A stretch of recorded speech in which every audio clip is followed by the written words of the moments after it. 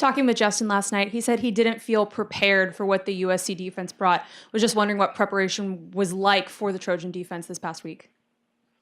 Well, like we said last week, they had kind of a base deal that they do in every package, and then they have a unique pressure usually or unique coverage that they kind of employ for each individual team. And they didn't do anything drastically that much new in the blitz game, just more and varied.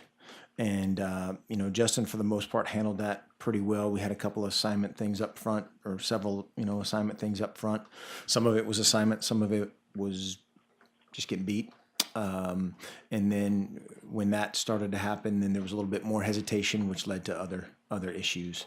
But for the most part, he specifically handled it pretty well, made a couple big time throws. And that's a great film to learn from going forward.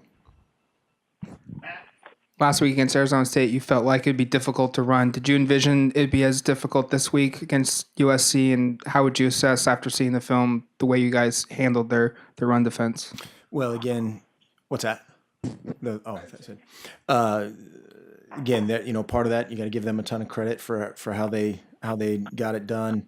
I don't know if we sat down and wrote down a yardage, goal or anything like that, but we have to be able to run the football. And again, had a couple very basic assignment errors early that then got in our head for a few more drives and got a few things going later on as things progressed. But yeah, just got off to a rough start. Mark, when you look at some of the guys who are in key positions on both sides of the ball, they're freshmen, redshirt freshmen, or in a lot of cases, quieter guys, soft-spoken guys. Is there kind of a leadership void this year? Is it just one of those years where you don't have a ton of senior leaders, or how would you describe kind of the leadership on the team? Yeah, I think that was something we talked about early on. I think we've talked about that several times of this is just a weird year in terms of natural leaders, vocal, natural leaders that have a lot of credibility. And so we knew coming into this that was something that we had to kind of take hold of as coaches. The guys that were probably the most natural, the most, all those things we talked about aren't they're hurt. And so that's just reality. But that's where we have to augment that and get in and just push things forward and push things through from the coach's standpoint and get the guys, the younger guys, like you're saying, more confident, more involved. Sometimes that's harder for them as they're playing more for the first time and kind of overwhelmed just from a confidence standpoint maybe or a total belief in themselves standpoint, and that'll come. Talked the last few weeks about the competition between Ugo and Arion at corner. How did you think Ugo played, and what's his development been like over the course of this year? It seemed like he made some big plays out there. Yeah, he did some good things. Again, we continued to compete pretty well. Just had some opportunities to make some plays both with the ball in our hands and tackling guys. Just have to wrap. Which again is easier said than done. Have to wrap those guys up and get them on the ground. But took some steps forward. But again, obviously gave up some explosive plays, which is a problem. How do you feel like your team kind of handled the environmental pressure at the Coliseum? Were you happy with it? I know you kind of joked about the speakers and the bringing in the horse and all that. Yeah, the pressure there is the dudes on the field. As far as the principals involved in the arena. But I think the noise wasn't really a factor in our false starts. It was guys kind of just being unsure for whatever reason, and hopefully that's just an experience, and we'll scratch that off the list of things to improve upon. This is kind of going off of Ryan's question, but with such a young team already, does it concern you at all when veterans like Royce and Darren maybe aren't performing up to where we've seen them perform so far this season? We need everybody to play great. It doesn't, at this point in the season, everybody's a veteran. I think everybody in the country is young and injured, right? If you ask some coach somewhere, but we have to play better collectively. We have to complement one another. Last night had some opportunities offensively to make some plays to help out when our defense is playing great, and didn't. And you have to give them credit for that. But so it's all sides, every person involved, starting right here.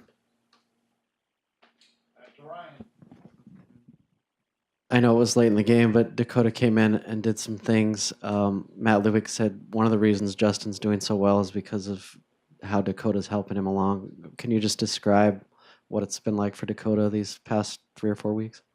Well, yeah, he has. I'm not intimately involved as far as just their conversations, but he's been very positive in a tough situation. That's a hard situation to manage. A guy that's a competitive guy, a prideful guy, but he's done a great job of just outwardly being supportive and continuing to compete.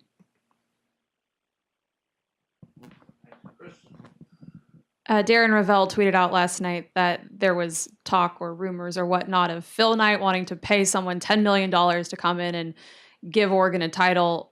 What do you make of comments like that, especially when it's coming during a game because of the way the season has gone? That's the nature of the profession, and yeah, it'd be cool if it was that easy. Yeah.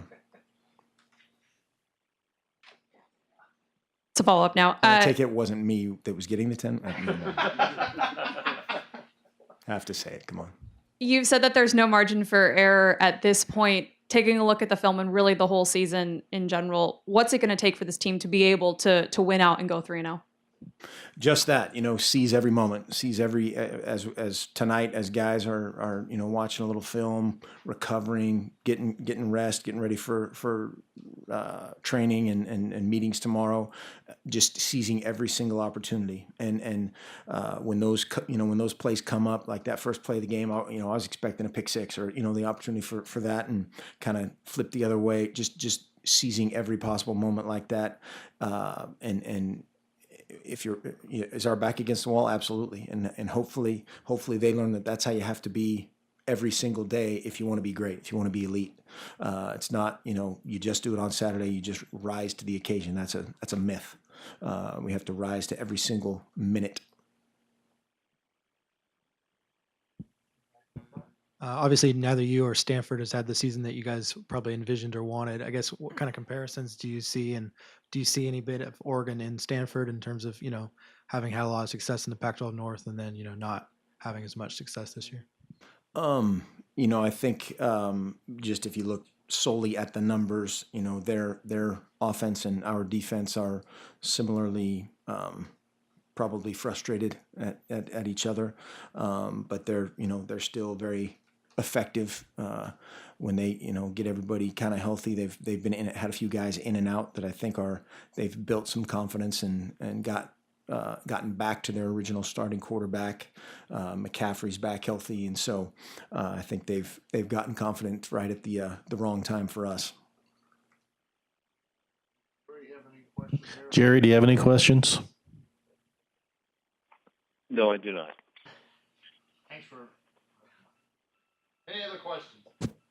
Kristen? This is a lighthearted question. With the election coming up, not asking who you're voting for, but if you had to have a president and a vice president coming out of your players, who would be president and vice president and your reason behind it? Oh my gosh. I did this one time, and I can't remember. I think Jeff Locke was in there somewhere, Jawan Williams maybe.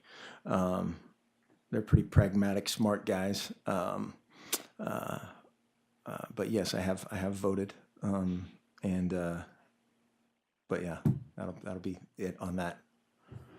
Okay. Thanks.